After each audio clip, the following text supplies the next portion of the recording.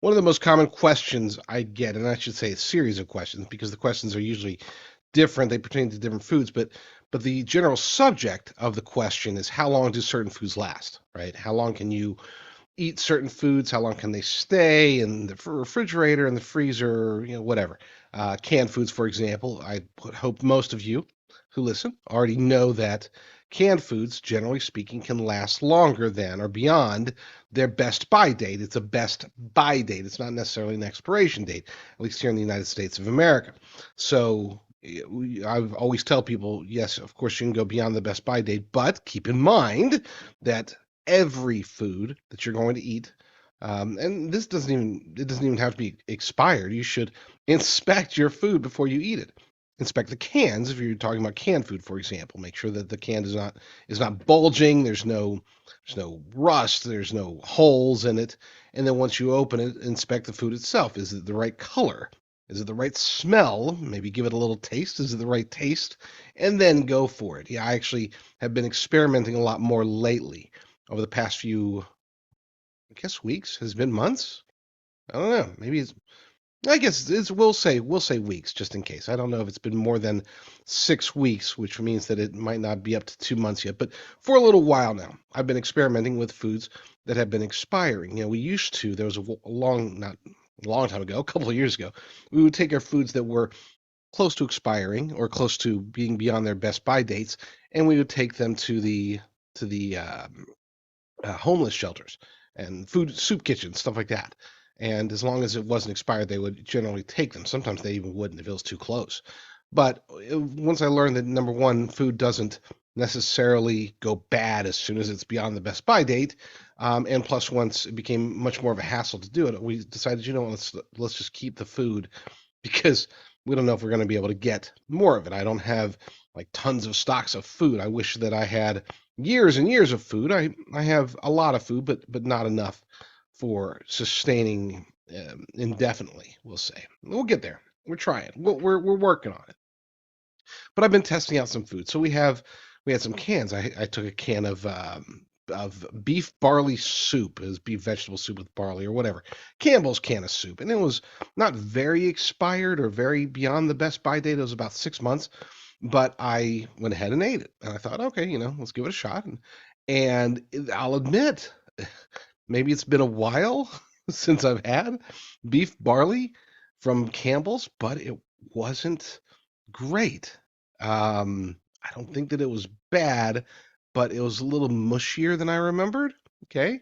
The potatoes were actually a little harder than I remembered, and the barley was a little bit mushier, almost like oatmeal. And I was like, yeah, this might not be good, but the flavor was okay. So I went ahead and ate the whole thing and then waited to see if I got sick, and I did not. So over the weekend, we had steaks. We had steaks and chicken. Actually, I took pictures of them. Steaks and chicken. Let's get those pictures up there. So we had steaks and chicken from that were both 14 months old in the freezer. And generally speaking, they say that most meats will last for approximately 12 months. Now keep in mind, when it comes to meats, frozen meats that are vacuum sealed, properly sealed frozen meats should last technically indefinitely. Okay, they don't go bad in the freezer as far as to allegedly to make you sick, but the quality does start to deteriorate. I mean, the quality of meat deteriorates the moment that you freeze it, and then it just gets worse and worse and worse over time. They say 12 months. This was 14 months. I've had meat that's 24 months. So, but we went ahead and tried it. Um, Threw it on the grill. My wife, she wanted to barbecue the uh, the chicken thighs, so we went ahead and barbecued them on the grill, and then we threw the beef on the grill, and I waited a couple days. I didn't want to do the video actually right there as we were eating it, but I thought, what, number one, it's not nobody wants to see me eat, but number two, I wanted to do the video after a couple of days because just in case, you don't want to say, okay, I just had the food, it tasted great, and then you put out the video, and then a day later I get like food poisoning or something like that. So we're now 2 days removed from that, and so far so good. No sickness, no illness, no stomach pains, no nothing like that. With that said, the beef, these were New York strips, USDA choice, I believe. We didn't put on the packaging, but I'm pretty sure that when I purchased them 14 months ago, they were USDA choice. We had taken them and I had sealed them in vacuum bags. Okay, put two in there, but they were together, so there was no air. Okay, as you can see, you saw in the pictures, there's no air in there, and we put four chicken thighs in their packaging as well, and vacuum sealed it with, I forgot the name of the vacuum sealer, but got a vacuum sealed, threw it in the freezer immediately, as for as quickly as possible, and we didn't flash freeze it like we should have, but we did get it frozen pretty quickly. The beef came out a little bit tough. I mean, quite a bit tough. Okay, tougher than we're accustomed to, even with New York strips on the grill. The chicken, I couldn't tell the difference. Okay, the chicken seemed like it was just fine. So, so that's good. That's that was, yeah, a good test. We will try again here in probably 2 or 3 months. Pull out from the freezer. We always keep a freezer rotation, so I try to get the meats eaten as quickly as possible. But as I said a couple of months ago, we wanted to start testing it out. So I went ahead and put some aside to let them age a bit in the freezer. And eventually we'll get to 2-year-old frozen beef and frozen chicken and see how they stand. And I will give you guys the report on that. I wanted to refer to an article by the wonderful Daisy Luther over at the Organic Prepper. Let me pull that up here. It it's I would say an important type of article. I'm going to agree with most of it, we'll say, because it's things are getting tight. I was reading over the weekend. There was a lot of people that aren't doing Easter eggs, didn't do Easter eggs over the weekend. They did Easter potatoes, basically. Potatoes are cheaper than eggs, and so they painted the potatoes and used that for whatever Easter egg hunting. Odd stuff, but hey, it is tough times out there right now. I get it. We all get it. Unless you are super rich, and I mean, you could be wealthy and still be feeling the pain. I know a couple of my wealthier friends than me are feeling the pain. And so, unless you're super rich, chances are you're feeling the pain of the inflation. You're feeling pain on energy, on taxes, on food. And it only seems like it's going to be getting worse here soon. So, this article by Daisy Luther, Rock Bottom Meal Plan for Those Weeks When Money is Tight. I think that it's a best practice at this stage to say, you know what, money's going to be tight. I mean, money's going to be tight. Just pretend like it is, even if it isn't. Pretend like it's going to be tight indefinitely and start making lifestyle changes.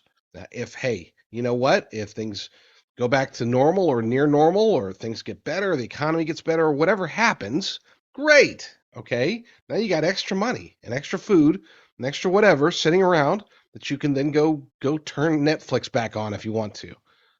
But for now, I would suggest turning it off.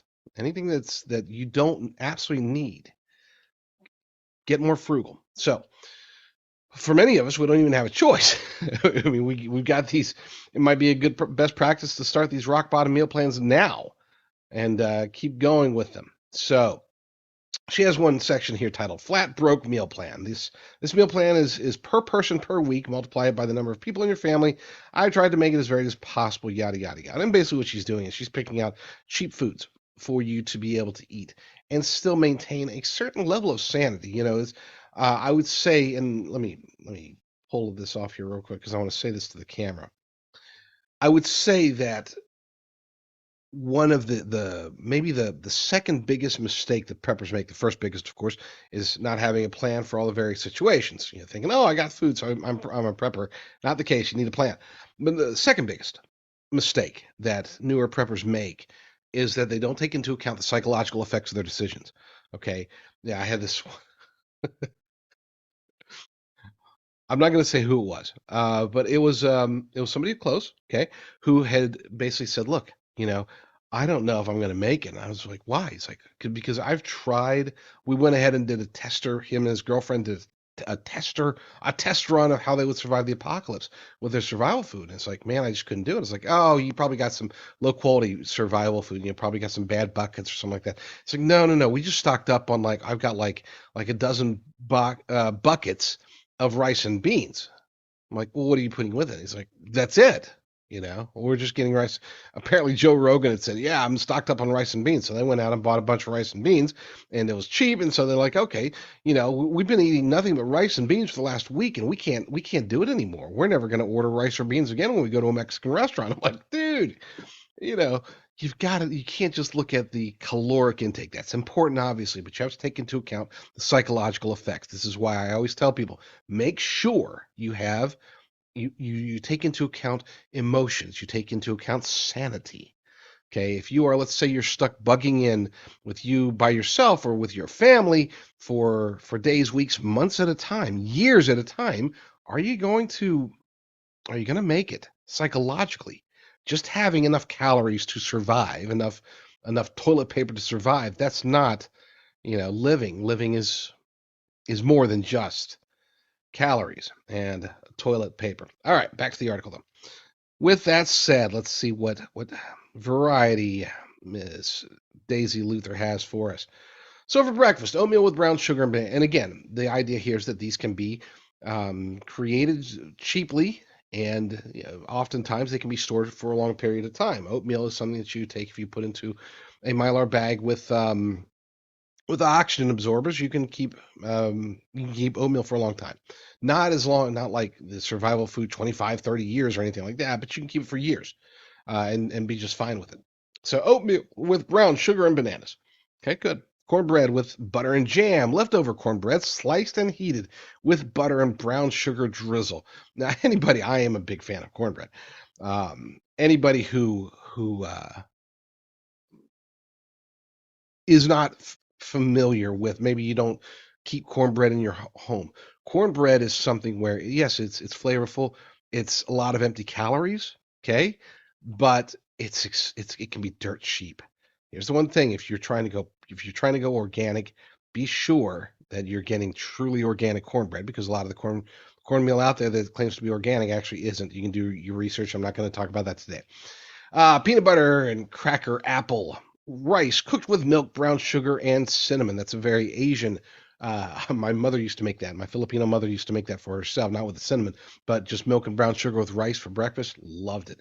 Biscuits and gravy, personal favorite. I could, they talk about diversity. If I were stuck on a desert island and I could only have one type of food, it would probably be spaghetti. But my second would be biscuits and gravy. I could eat that almost indefinitely and forever. Scrambled eggs and toast or homemade pancakes with fruit. When I first started prepping, I actually had eggs listed as one of the cheap foods to get.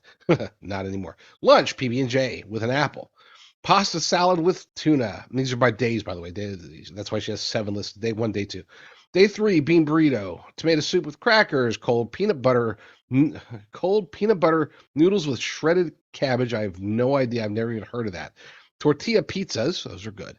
And then leftovers. And then for dinner, beef and veggie soup with fry bread. Soups are very good, by the way, because soups you do get, I know there's a lot of empty calories there, but they're a great way to be able to put vitamin-rich foods such as vegetables that you may not normally eat a lot of, and be able to maintain a lot of the nutrients within them. Because when you take them raw vegetables and you boil them versus steaming them or frying them or anything else, the as long as you're drinking the soup, the nutritional value is retained. Baked beans with mac and cheese, fried gnocchi with canned marinara sauce. That sounds good. Crock pot white chili chicken, pasta and marinara sauce, and Parmesan cheese. Add ground beef if it's in the budget. Homemade pizza. Very good. My daughter is excellent at that. And then ham sliced in yada, yada, yada with Christmas beans. The point, and the reason I buzzed through that, by the way, the reason I didn't sit there and have you take notes, number one, you can always find this article over at theorganicprepper.com. I'll put it over at discernreport.com, discerntv.com, all these various places. The idea here is it's the mentality, okay? This is an example. This is Daisy Luther's idea.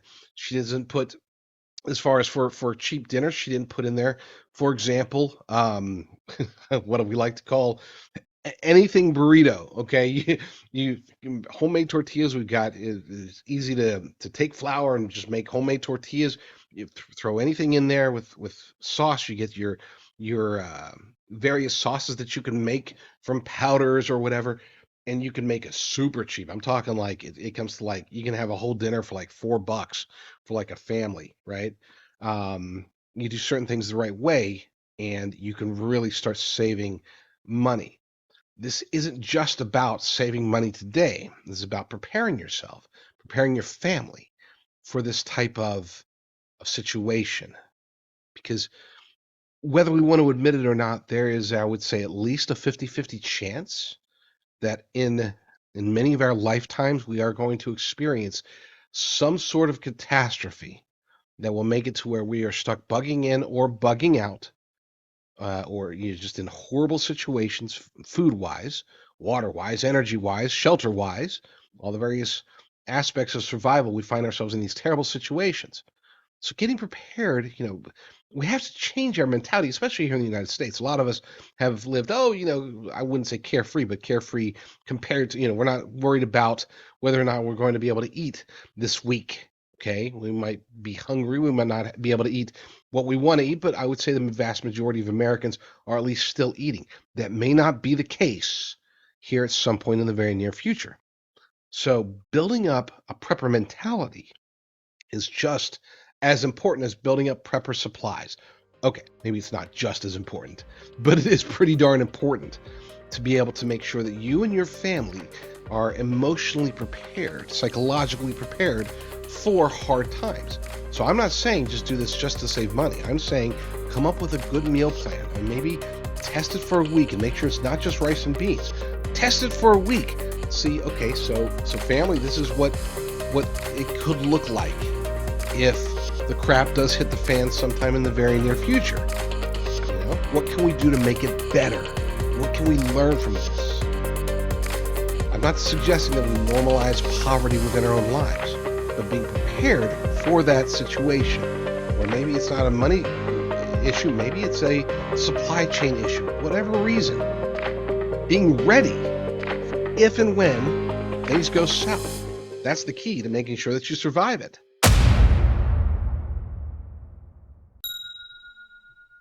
It's no secret that my partners and I have been building a company called Whole Cows, wholecows.com, in order to help people get freeze-dried beef cubes that they can store for the apocalypse. But I'm not of the illusion that you couldn't do the same thing. You can. You should, as a matter of fact, which is why I've also partnered with a freeze dryer company in order to help people to get their own freeze dryers. And I strongly recommend this. Okay, even though we do the freeze drying, we got plenty of machines to do the freeze drying for you. For many of you, it behooves you to do it yourself. So you can go to jdrucker.com/harvest. That's jdrucker.com/harvest, and you will be able to get your own freeze dryers. They've got them on sale right now. You can get them small, medium, large. You can get the big ones. Just get a freeze dryer, and if you want, they're expensive. They're not cheap. We're talking a couple $1,000, but hey, in the long term, it's actually worth it. So check it out, jdrucker.com/harvest.